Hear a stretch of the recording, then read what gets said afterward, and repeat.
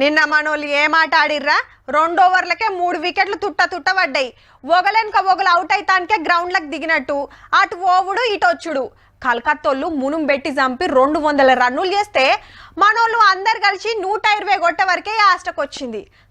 గిట్లయితే ముంగట పడ్డట్టే. ఇక 4 ఆటలాడితే ఫస్ట్ ఊరిచ్చి అటెన్క అన్ని ఓడిపోవట్టే.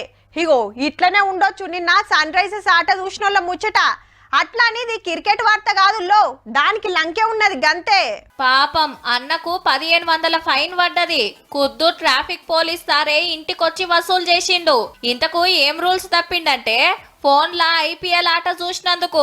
అగో బండి మీద ఫోన్ పెట్టి పరాకతిగా చూస్తాండు. ఈడ సిగ్నల్ పడ్డది కాబట్టి ఆగిండు.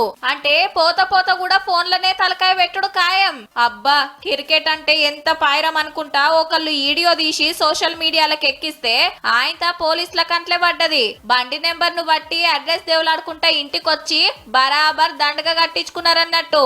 క్రికెట్ మీద గంత కాయిషుంటే జప్పున ఇంటికి పోయి చూడాలి. అంతగానే మాత్రం ఆగకుంటే బండి సైడ్ కు పెట్టి ఆట అయిపోయేదాకా ఆగి గప్పుడు చాలు చేస్తే మాయే. అంతేగాని డ్రైవింగ్ లో మ్యాచ్ చూస్తే ఎట్లన్నా ఆయన 6 కొట్టే ఈయన అవుట్ అయ్యే అని కిందికి మీదికి చూసుకుంటూ నడిపితే పుసుక్కున్న టక్కర్ అయితే ఎట్లనే. ఆల్రెడీ ఓ చేయికి కట్టే కట్టినవు. ఇది జరిగింది బెంగళూరులో గాని మనకాడ సుత చాలా మందిది గిదే కథ.